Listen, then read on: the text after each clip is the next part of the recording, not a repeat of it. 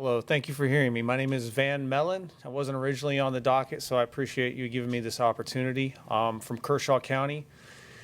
I am with the Libertarian Party of South Carolina. I was an elected delegate to our convention last November from Kershaw County, and I'm also a registered voter, obviously, where we unanimously passed support for a convention of states. And I originally wasn't planning on speaking here. I just wanted to show my support, but I did want to take an opportunity to kind of criticize some of the criticisms that I've heard today that seem to bear inherent contradictions. One of them is about a runaway convention. What was it? The 1786 convention is being criticized for having been run away. But I would imagine that all of those critics, in voicing their support for the Constitution that resulted from that, are glad that it resulted the way that it did, I would imagine. And the fear of losing the Constitution that we have now in said convention, which my understanding is that's not really a reality if you think about the nuts and bolts of how it works. But again, the Article 5 Convention of States authority is contained within that very Constitution. So how can you be against a convention of states and be for the Constitution? You can't have it both ways. We all know that Congress is representing their own interest. I mean, how many six-figure-a-year jobs turn you into a millionaire within a year or two of getting those jobs, right? And so we're left with the burden of what to do about that and how to reclaim the nation. This doesn't matter what your political philosophy is. As a libertarian, I identify as both a constitutional conservative and a neoliberal and a classical liberal.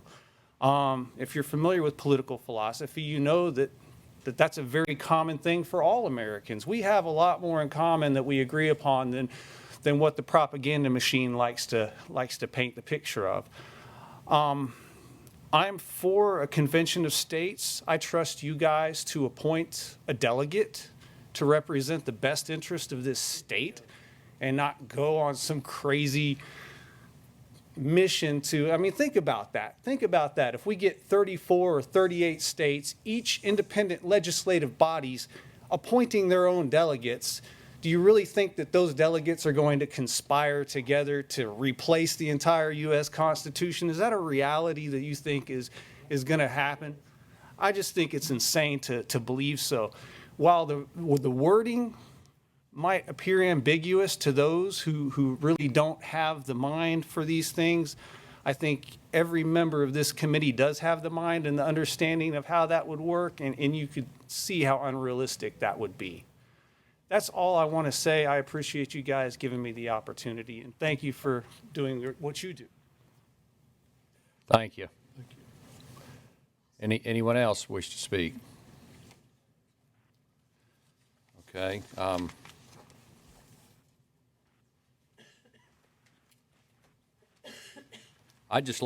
would like to just state briefly some of the views of some of the framers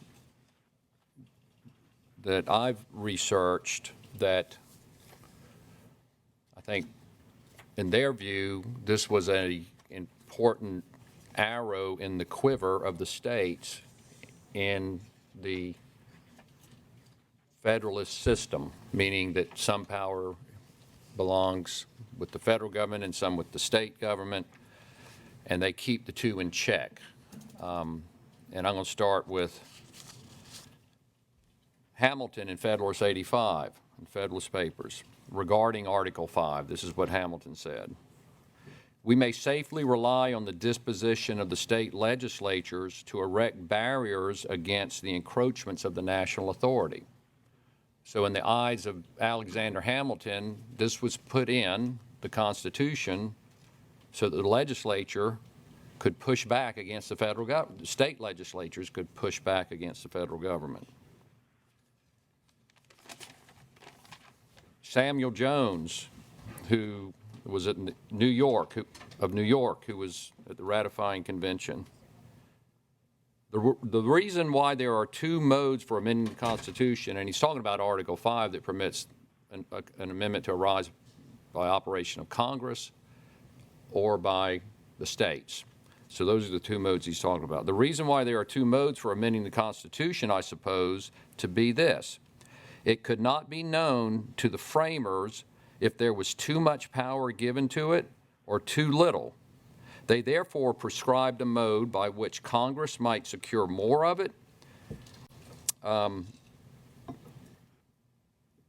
if it was found necessary, and they prescribed for the states a mode of restraining the federal government if upon trial and error and experience it may be found necessary.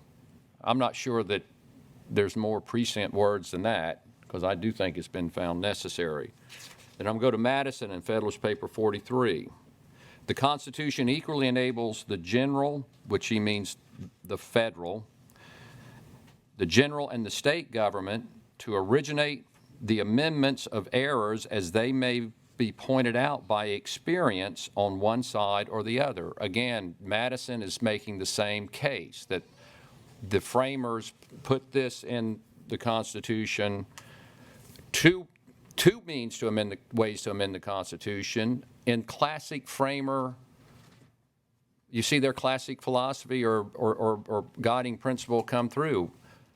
We don't want to concentrate political power. We want to diffuse it. We're going to give the federal government an ability to amend the Constitution. We're going to give the states an ability to amend the Constitution. And over time and with experience, we may realize that we gave too much power to one and not enough to the other. Or the courts, what's really happened is the courts have ascribed more power through their decisions and to the federal government and stripped it from the states.